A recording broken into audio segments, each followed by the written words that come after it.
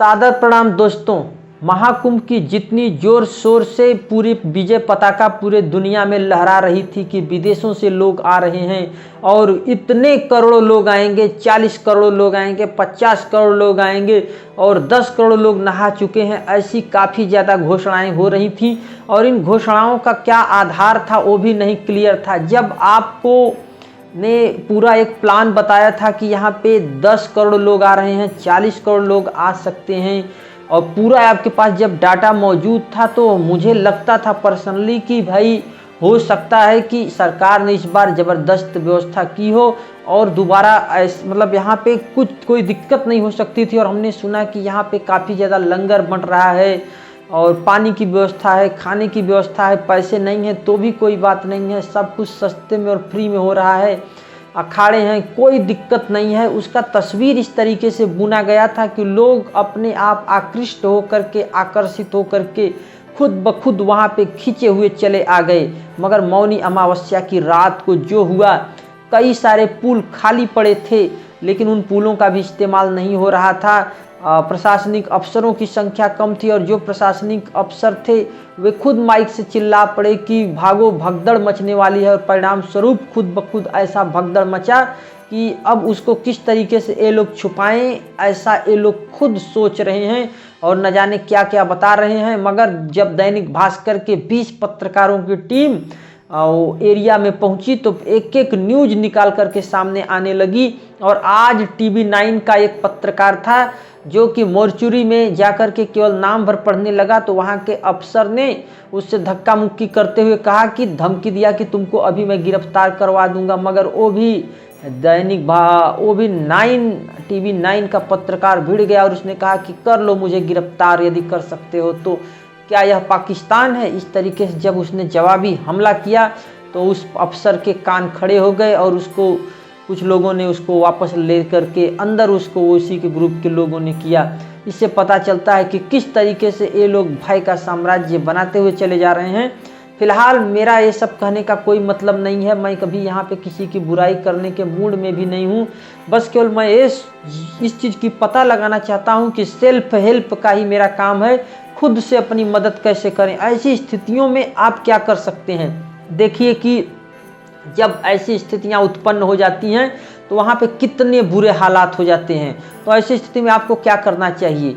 ऐसी स्थिति में सीधी सी बात है कि आप लोगों को ऐसी जगहों पर जाना मूर्खतापूर्ण है, क्योंकि बहुत सारे लोगों ने अपनी ज़िंदगी गंवा बैठे हैं।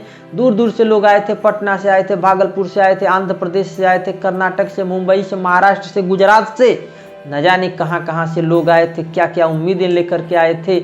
और यहाँ पे जब लाशें ही लाशें बिस्ती चली गई और एक दिन में 2 नहीं 3 जगह जब भगदड़ मच गया और लोगों की जान गई, तो खुद सोचने पर हम लोग मजबूर हो गए हैं कि हम लोग भाई क्या कर सकते हैं। तो सीधी सी बात है कि हम लोगों को कोई भी बुलाए, कोई भी सरकार बुलाए, कोई भी पार्टी बुलाए, तो कहीं भी भीड़ भाड़ में नहीं जाना चाहिए। और सरकार ने भी बोल दिया कि सभी लोग वहाँ बोलने लगे, साधु संत भी बोलने लगे कि जिसके पास जो भी संगम तक आने का पूरा यत्न न करे, अगल बगल जो भी स्थान मिलता है, गंगा का पानी हर जगह समान है, तो कहीं भी लोग नहा लें।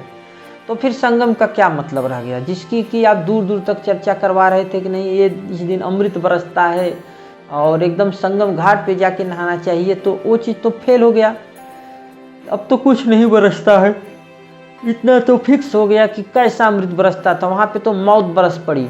और जब यही बात है तो भाई आप अपने गांव के तालाब में भी नहा सकते हैं, अपने बगल वाली नदी में नहा सकते हैं, जो छोटी सी नहर निकल रही है, यदि साफ पानी है तो वहाँ भी नहा सकते हैं।